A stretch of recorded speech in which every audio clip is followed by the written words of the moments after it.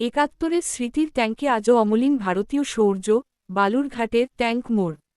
আজ ১৬ই ডিসেম্বর ১৯৭১ এর এই দিনেই ভারত পাকিস্তান যুদ্ধে পাকিস্তান সেনার আত্মসমর্পণের মধ্য দিয়ে জন্ম নিয়েছিল স্বাধীন বাংলাদেশ।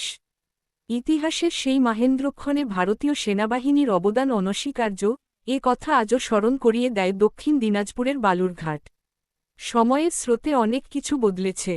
বাংলাদেশের রাজনীতিতেও এসেছে উথালপাথাল পরিবর্তন। সাম্প্রতিককালে শেখ হাসিনা সরকারের পতনের সময় মুক্তিযুদ্ধ ও বঙ্গবন্ধু শেখ মুজিবুর রহমানের অবদান ভুলে যাওয়ার ছবি যেমন ধরা পড়েছে, তেমনি মূর্তি ভাঙা, পোস্টার ছেঁড়ার ঘটনাও নজরে এসেছে।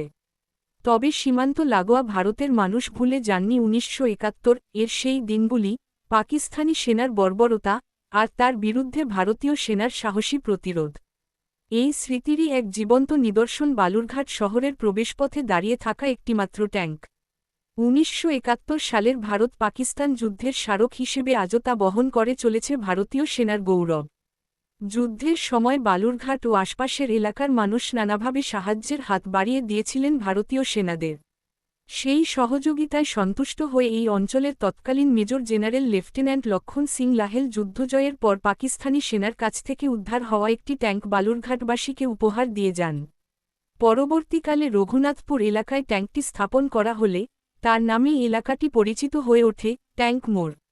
বর্তমানে বালুরঘাট পৌরসভা সেই স্থানকে আরও সাজিয়ে তুলেছে ৭১ স্মারক উদ্যান হিসেবে। এই প্রসঙ্গে বালুরঘাটের বিশিষ্ট সাংবাদিক শঙ্কর দাস বলেন, ভারতীয় সেনাদের নিয়ে আমাদের গর্বের অন্যতম অধ্যায় ১৯৭১ এর ভারত পাকিস্তান যুদ্ধ। সেই যুদ্ধেই ভারতীয় সেনা পাকিস্তানকে পরাভূত করে তৎকালীন পূর্ব পাকিস্তানকে স্বাধীন বাংলাদেশে রূপান্তরিত করতে গুরুত্বপূর্ণ ভূমিকা নিয়েছিল।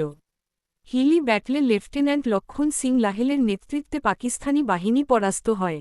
সেই সময় বালুরঘাট ও এই অঞ্চলের মানুষের সহযোগিতা ভারতীয় সেনারা কখনো ভুলে যাননি। শত্রুপক্ষের একটি যুদ্ধযান হয়েও এই ট্যাঙ্ক আজ আর শুধু লোহার কাঠামো নয়, এর সঙ্গে জড়িয়ে রয়েছে ভারতীয় সেনার বীরত্ব, আত্মত্যাগ ও গরিমা।